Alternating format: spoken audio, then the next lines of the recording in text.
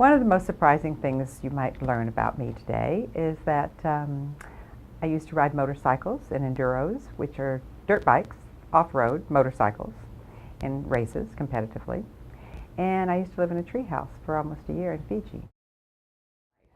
I used to ride motorcycles and enduros many years ago, probably in my late 20s, and then probably my late 30s is when I lived in the treehouse in Fiji. I lived in the treehouse because I met a guy, and it was his property in Fiji. And so we went there to live.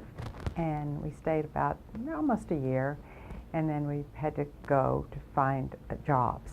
So it was fun while it lasted, but it was, it couldn't last forever because we didn't have means of income there, but it was a lot of fun.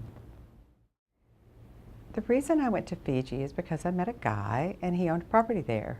And so I thought it'd be a great adventure to go with him, and it was for about a year, and then we had to leave Fiji and go where we could get employment because there really was no way to earn money there. But it was fabulous, and you learn to live with very little, and it really was a tree house, and we didn't have any walls, and so you just very much live in the moment. And we woke up with the sun and went to sleep with the sun, and somebody caught a fish, and sometimes we went across the bay to the store, as it were.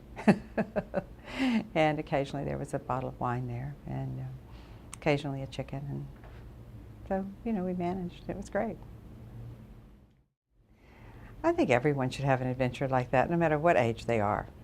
It's incredible. You just realize how little you can live with very comfortably and very happily. And I think that might be why when we see little children in desperately poor parts of the world, they're all giggling and laughing and having a wonderful time, and even the adults are happy. Well, not all of them all the time, but you don't need as much as we live with here. It was great. I came away from that experience knowing that we can all live with less. We did. We had very little, and we occasionally got a fish if someone caught one, and we occasionally went to the sort of supermarket across the bay, and we lived with very little, and we lived in the moment. We woke up with the sun and went to sleep with the sun, and everyone, I think, can live with very little, actually. And I think it's the kind of experience everyone should experience, at least at some point in their lives. I'll never forget it.